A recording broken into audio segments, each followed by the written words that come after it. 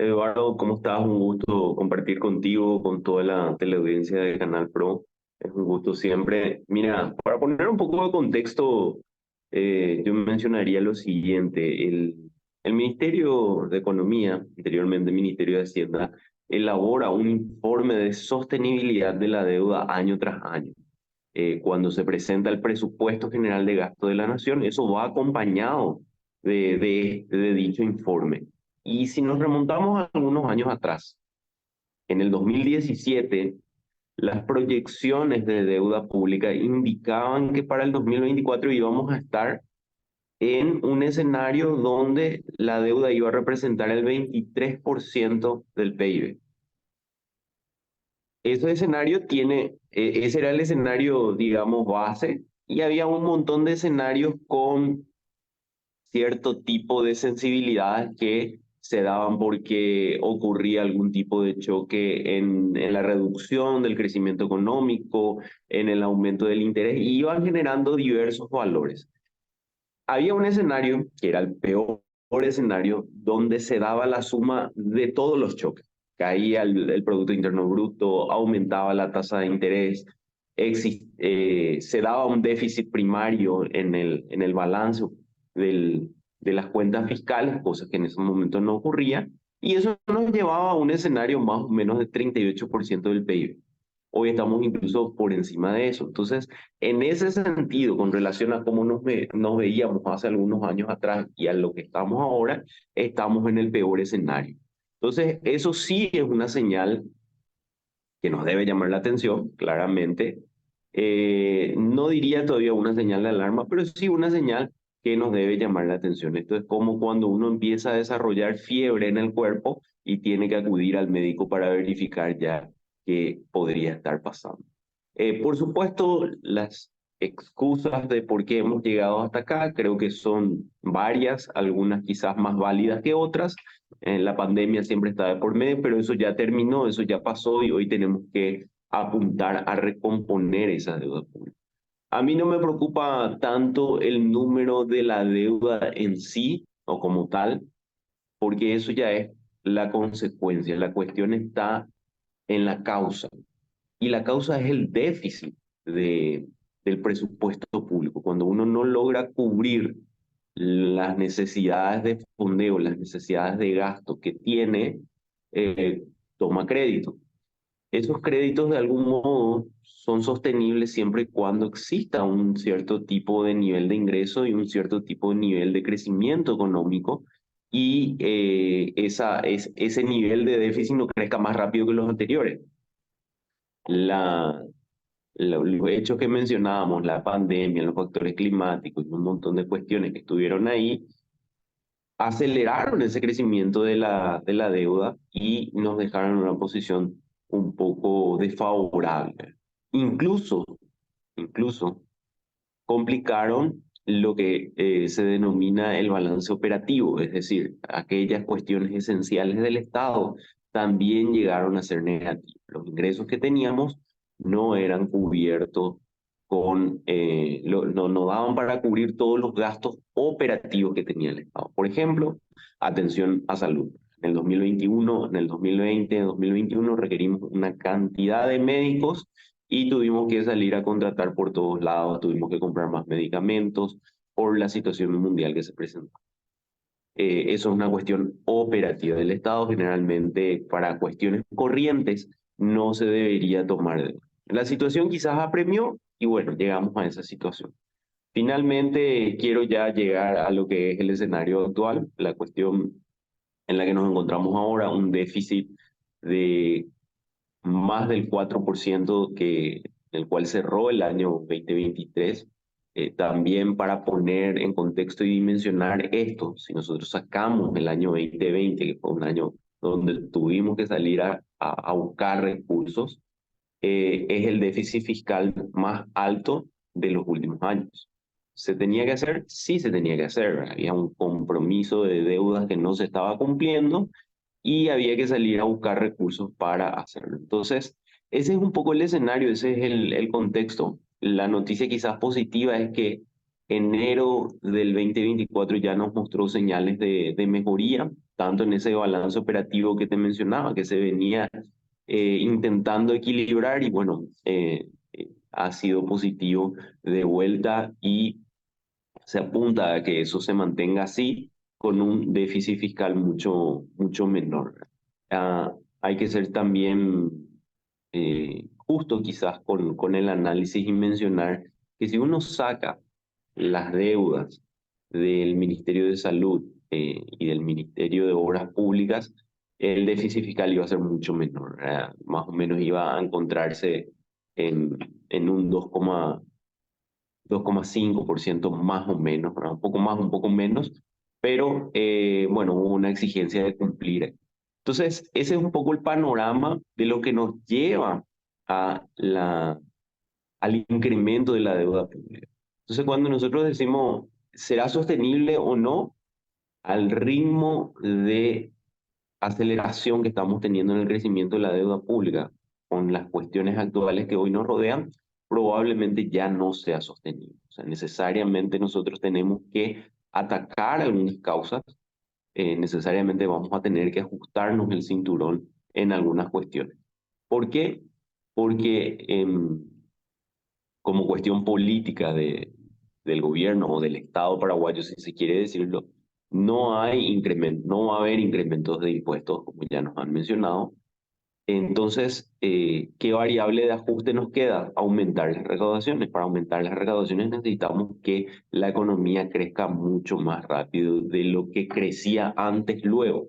Sin embargo, ahora lo que estamos viendo es que estamos retomando a esos niveles de crecimiento que teníamos. El año pasado tuvimos un crecimiento económico habitual a lo que veníamos viendo. Este año también se proyecta una tasa similar, es decir, todavía no estamos rompiendo esa barrera del crecimiento potencial como para decir, ok, podemos estar tranquilos para sostener este nivel de crecimiento de la deuda.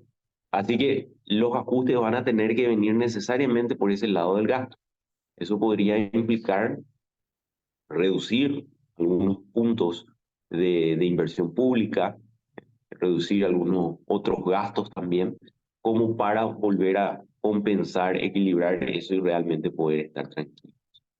Una cuestión adicional ahí, Eduardo, que me gustaría mencionar es que si uno mira algunos manuales, algunas guías del Fondo Monetario Internacional, se menciona a modo general y no particular que cuando un país emergente llega al 40% de la deuda del PIB, es una señal de prender las luces amarillas o las luces rojas. No es el único indicador, hay que ser claro con eso. También hay que mirar el nivel de exportaciones que tiene un país, el nivel de reserva internacional, la capacidad que tiene de generar divisas. Entonces, finalmente, ese indicador se encuentra entre 40 y 60%. Ahora, ¿por qué sí y por qué no? Por ese lado uno diría, bueno, entonces no nos preocupemos tanto. Sí, pero es importante siempre mencionar que dentro de esos indicadores Paraguay es el que tiene menor presión fiscal. Entonces nuestra recaudación es muy baja comparada con otros países emergentes incluso. Por lo tanto, si tenemos una presión creciente en la deuda y nuestros niveles de ingresos siguen siendo los habituales, por supuesto que es para encender las luces amarillas y por qué no incluso las luces rojas. Justamente, Jorge, ese punto que tratas me parece fundamental, teniendo en cuenta de que muchas veces también se hace el comparativo de Paraguay con relación a los otros países de la región u otros países emergentes. Y en realidad habría que ver las características propias también de la economía paraguaya para determinar si los niveles actuales justamente están en niveles sostenibles o no. Siempre hay que tener un análisis sobre la economía paraguaya misma para ir reflejando lo que sería la sostenibilidad de la deuda pública. Efectivamente, Eduardo, hay que mencionar también que finalmente cuando hablamos de sostenibilidad vamos a poder seguir pagando la deuda en un mediano plazo. Hoy Paraguay tiene esa capacidad, o sea, este año Paraguay tiene una bajísima probabilidad de entrar en default, tampoco el año siguiente, o sea, nosotros siguiendo este ritmo de crecimiento que se estipula que tendríamos, podríamos pagar los compromisos que tenemos. Ahora, cuando uno se proyecta a un mediano plazo, ya empiezan a aparecer algunas nubes grises. Y si en ese mediano plazo le sumamos algunos shocks de vuelta con dificultades en el crecimiento económico, con caídas en la recaudación, con algunos factores que empujen a que la tasa de interés sea más alta, y sí ya empieza no solamente a aparecer las nubes grises, sino que se empieza a formar una gran tormenta y eso podría ser complicado. Ahora, así como en el 2017 decíamos, quedémonos tranquilos, que en el peor escenario, en unos 5 años vamos a estar cercano al 40%, ese peor escenario se cumplió. Entonces, si bien como que había una advertencia, mira, en el peor escenario igual vamos a estar sobreviviendo, si hoy hacemos esas proyecciones de acá a 5 años, probablemente en el peor escenario no vamos a estar muy bien. Así que son las cuestiones que hay que tomar en cuenta. No sé si decir lo que es para alarmarnos todos, pero sí para tomar los apuntes necesarios que tengamos que hacer como país y buscar las soluciones para que realmente tengamos esa capacidad de afrontar los compromisos financieros que tenemos. Jorge, lo que sí de repente aporta una noticia positiva en términos de sostenibilidad de la deuda son estas recientes operaciones realizadas también en moneda local, recordando las charlas que ya tuvimos previamente, ¿verdad? Una deuda en moneda local es un gran aporte en materia de sostenibilidad, teniendo en cuenta de que se deja de lado lo que se conoce como riesgo cambiario.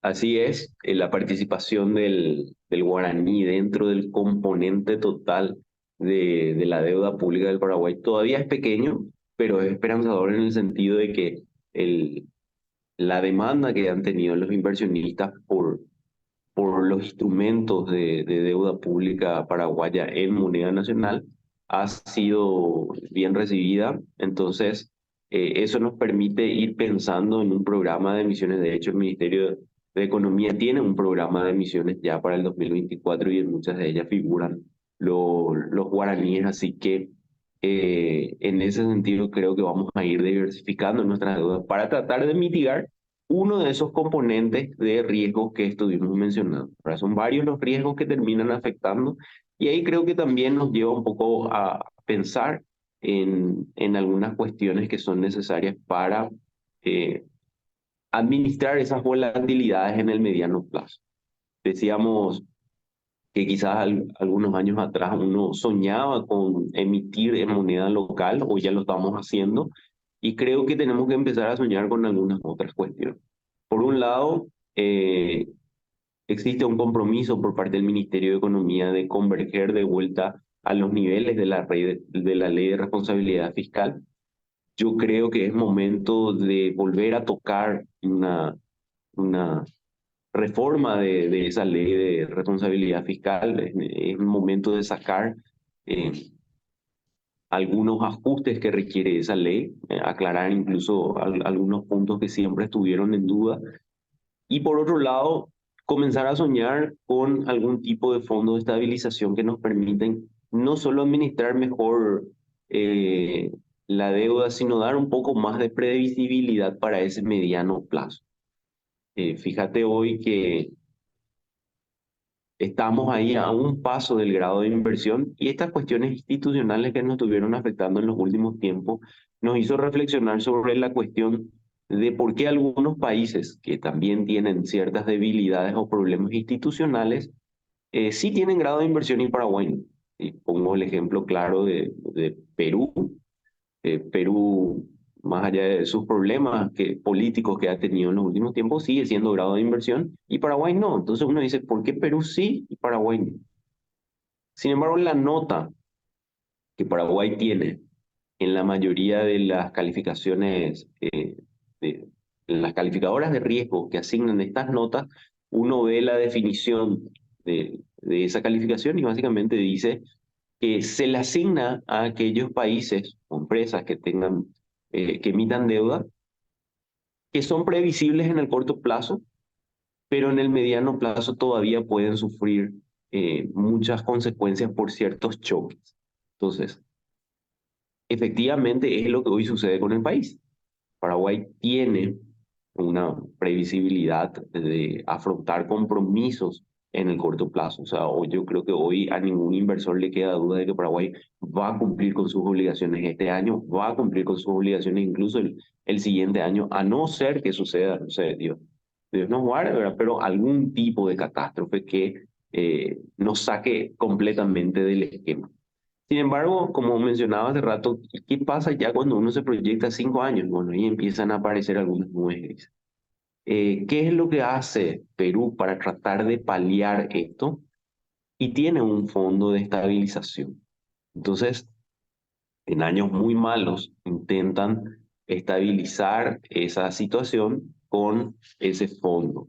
Eso genera una cierta tranquilidad a los inversionistas y le elevan un paso más o un peldaño más en la calificación de riesgo. Así que me parece interesante comenzar a pensar en esas cuestiones como para también, por un lado, administrar bien la deuda, que es finalmente lo que importa, y por otro lado, aumentar la calificación que tenemos, que también tiene sus consecuencias positivas, no solo en ese manejo y administración de la deuda, sino en toda la economía.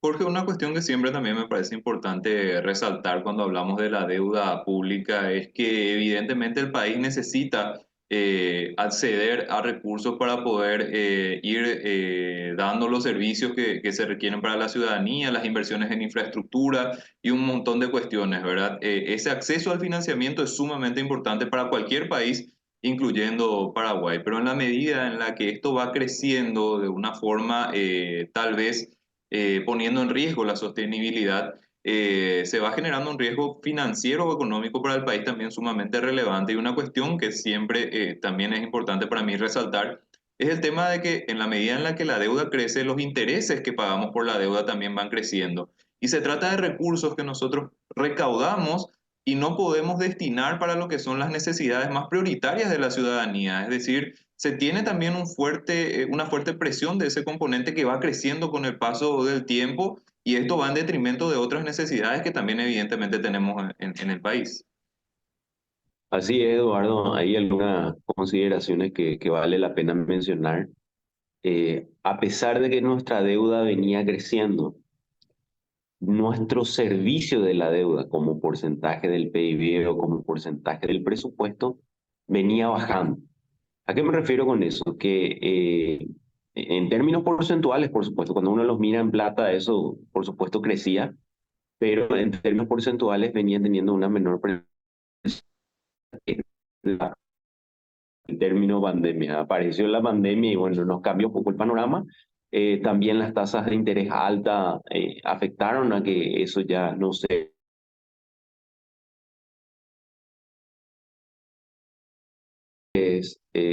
o el servicio de la deuda que pagaba Paraguay era unos niveles muy interesantes. De hecho, venía bajando hasta antes de la pandemia.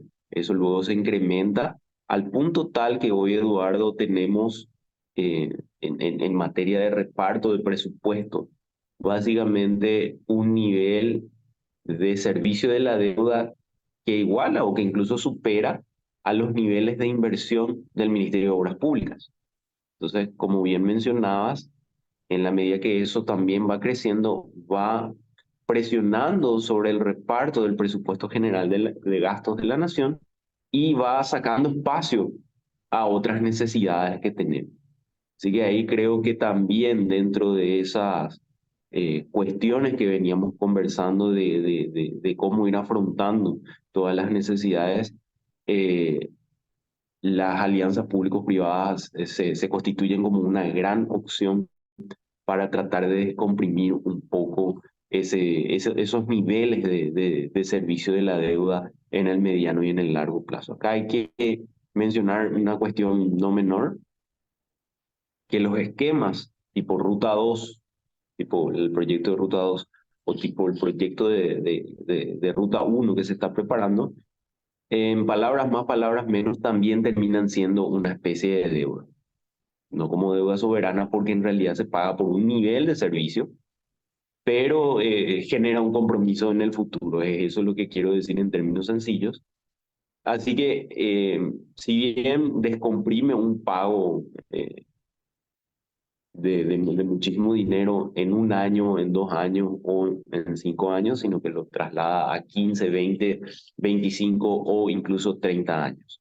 En ese sentido es un esquema muy interesante, pero también es interesante buscar los otros esquemas que nos permite nuestra normativa de alianza público-privada. Y ahí creo que algún tipo de proyecto como el aeropuerto o lo que se planteaba y se escuchaba en su momento para el proyecto de la hidrovía en el tramo soberano paraguayo son opciones muy interesantes porque básicamente son esquemas donde no se le exige o si se le exige recursos al Estado son muy pocos. De hecho, la ley permite en ese tipo de esquemas hasta un 10% de todo el presupuesto a ser utilizado. Creo que tenemos que apuntar y buscar opciones como esa, explotar aquellas en las que se pueda y aquellas en las que no, bueno, optimizar cómo sería ese gasto público en el tiempo. Precisamente, Jorge, obliga a las autoridades también a ser creativas, entre comillas, para ir llenando las necesidades que tenemos, sobre todo en materia de infraestructura, sin descuidar lo que es el presupuesto público.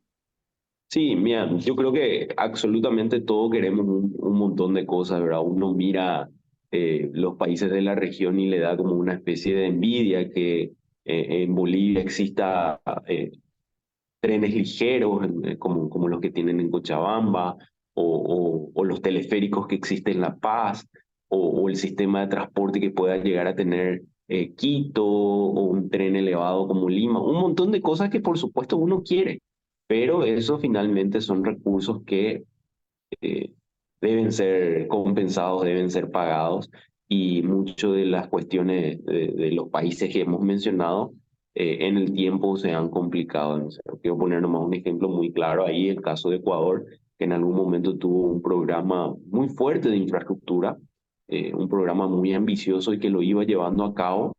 Eh, no tengo los números exactos, algunos hablaban de que era superior la inversión que estaba siendo superior al 10% del PIB, incluso en algunos años, pero que, bueno, luego se tuvo que pagar y cuando se comenzó a pagar, incluso llegó la crisis ahí fiscal que tuvo Ecuador y que lo terminó dejando en default, ¿verdad? Entonces, eh, las ambiciones pueden ser grandes, pero todo hay que pagar. Jorge, te agradecemos muchísimo tu tiempo y tu análisis. Evidentemente, estuvimos tratando uno de los temas fundamentales de la economía paraguaya y para seguir conversando sobre este y otros temas, esperamos contar siempre con tu participación en nuestro programa. Con gusto, Eduardo, será así.